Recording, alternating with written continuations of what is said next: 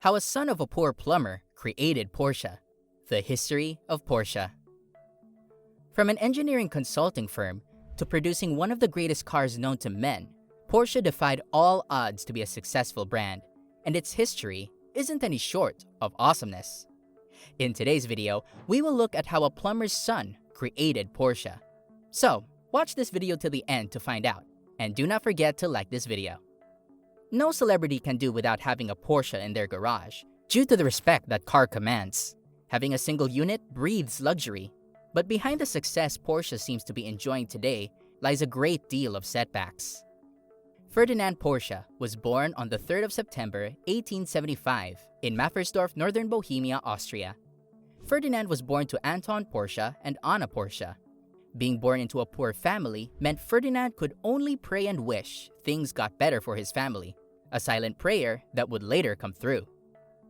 Ferdinand's father, Anton Porsche, was a plumber who also qualified as a panel beater, and Ferdinand, being the third child of his parents, had to fill the roles his other siblings were to fill, which was taking over the family business. Although Ferdinand had no interest in taking up the family's business, he wants to have a life outside of his family's business. He had always had a flair for technology and electricity since he was 14. Ferdinand's zeal and passion made him start attending classes at the Imperial Polytechnical College in Reichenberg, which was like 5 kilometers from his house at night, while he helped out with the family business during the day. After some years of education, Ferdinand, through a referral, got a job with Bella Egger & Co. Electrical Company in Vienna. Hence, he had to move down there in 1893 at just 18 years. You will not believe what you will see next.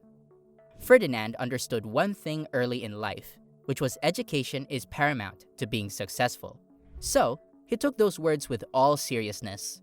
While working in Vienna, he enrolled as a part-time student at the Vienna University of Technology to create time for his work. Besides attending classes there, Porsche did not complete any formal engineering education. During his 5 years with Bella Egger, Ferdinand built his first electric wheel hub motor, the concept for which had been developed by American inventor Wellington Adams. After his feat at the workplace, Ferdinand joined the Vienna-based factory Jacob Lohner and Company, which produced coaches for Emperor Franz Joseph I of Austria and the monarchs of the UK, Sweden, and Romania. Ferdinand's new company deals with the production of vehicles, like the Egger Lohner.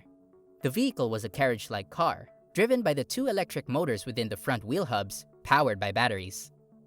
The vehicle was displayed at the Paris World Exhibition after being commissioned for racing, even though the 1,800 kilograms of lead-acid batteries was a severe shortcoming. Aside from the shortcoming, the vehicle has great speed, but the weight hinders it from climbing hills, and it also has a short battery life. Ferdinand, who was still working at the company at the time, took that as a challenge upon himself to introduce the Lohner Porsche Mixed Hybrid in 1901. The new vehicle was equally fast, but instead of a massive battery pack like the previous one, an internal combustion engine was placed in it to move the electric wheel hub. Ferdinand also added a small battery pack as a backup, just in case of any unforeseen circumstances. The new project by Ferdinand broke records, and up to 300 units of Lohner Porsche chassis were sold. This is not the whole story. It is even going to get crazier. Keep watching. In 1902, the unthinkable happened. Ferdinand, who had been enjoying his slow but fun-filled life, was drafted into the army, and he was assigned to be a chauffeur to Archduke Franz Ferdinand of Austria, the Crown Prince of Austria. World War I did cause some setbacks, which later came out to be a blessing in disguise for Ferdinand. At the end of the war, Austro-Hungarian broke apart, and Ferdinand was left with no other choice than to choose Czechoslovakian citizenship. In 1906, Ferdinand was employed by Austro-Daimler as a chief designer, where he went on to do great things, and he was promoted to managing director in 1916. Ferdinand also received an honorary doctorate from the Vienna University of Technology, as he continued to manufacture racing cars, winning almost all races then. Sadly, Ferdinand left Austro-Daimler after a great run due to some misunderstandings.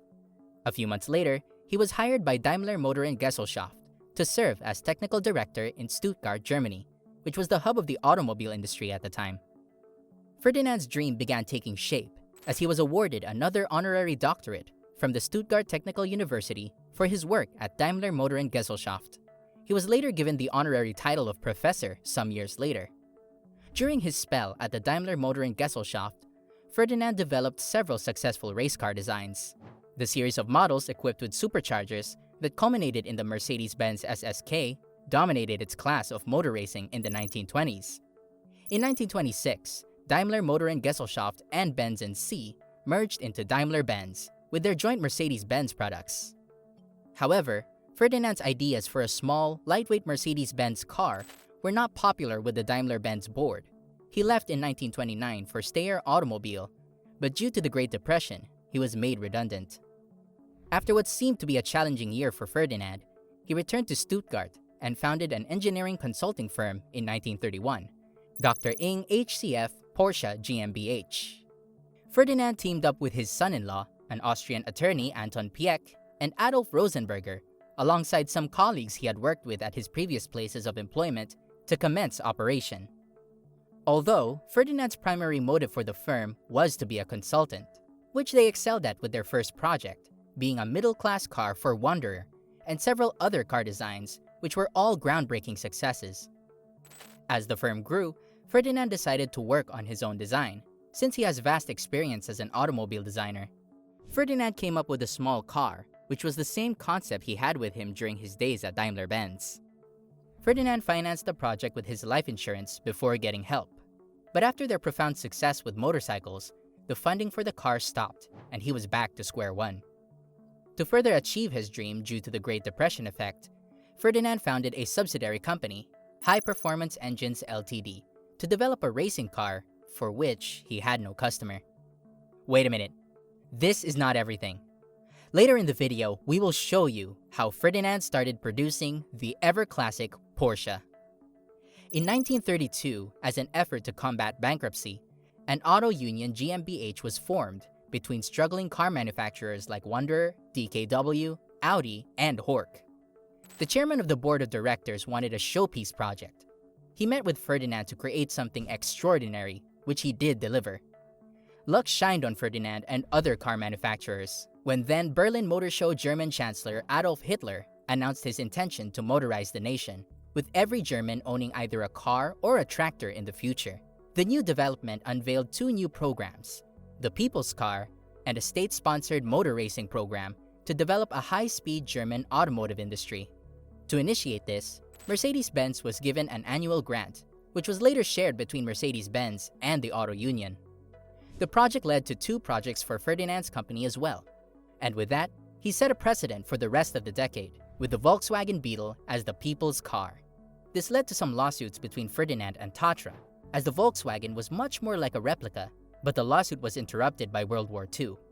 Due to Ferdinand's relationship with Hitler, he was urged to give up his Czechoslovakian citizenship and take up a German citizenship, which would later cause him to be arrested in France.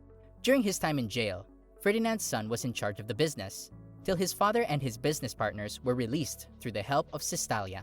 Ferdinand returned to Stuttgart to start the production of cars that bear his surname Porsche, the Porsche 356 with the help of Sistalia. Being a new brand in the market, Ferry helped resuscitate sales as he took the units produced to Volkswagen dealers and demanded an upfront payment to raise funds.